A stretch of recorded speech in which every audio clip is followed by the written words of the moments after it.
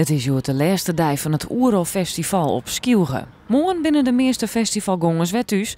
Maar net alle jaar, Jan en Tineke Tjallema van de Jouwer bleven nog een weekend. Al 13 jaar zitten ze om Oerol heen 3 weken op het eiland.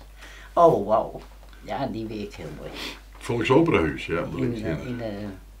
In de manege in Hoorn. Manege in Hoorn, ja, geweldig. Het oergevoel is het boetenwezen en het preeuwen van de voorstellingen dat je alles eigenlijk in de boetenlucht doet. Ik heb een hoop reiziger van mijn werk en ik heb een hoop dingen beleefd in het buitenland. Maar een festival zoals dit, maar die sfeer, dat is nergens te vinden. Net in China, net in Canada, net in Amerika, nergens. Oh, die opening vond ik heel bijzonder. Van alle jaren had Tineke een plakboek bijhouden. En daaruit toch blijken dat er best een soort verhoren is in al die tijd.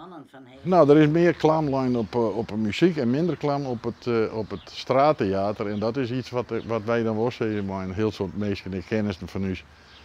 Het echte mooie straattheater, dat is voort. Want ik weet wel in het begin, dan heerst in West en heerst in de Brandaren zo een prachtige tribune waar hij bouwt.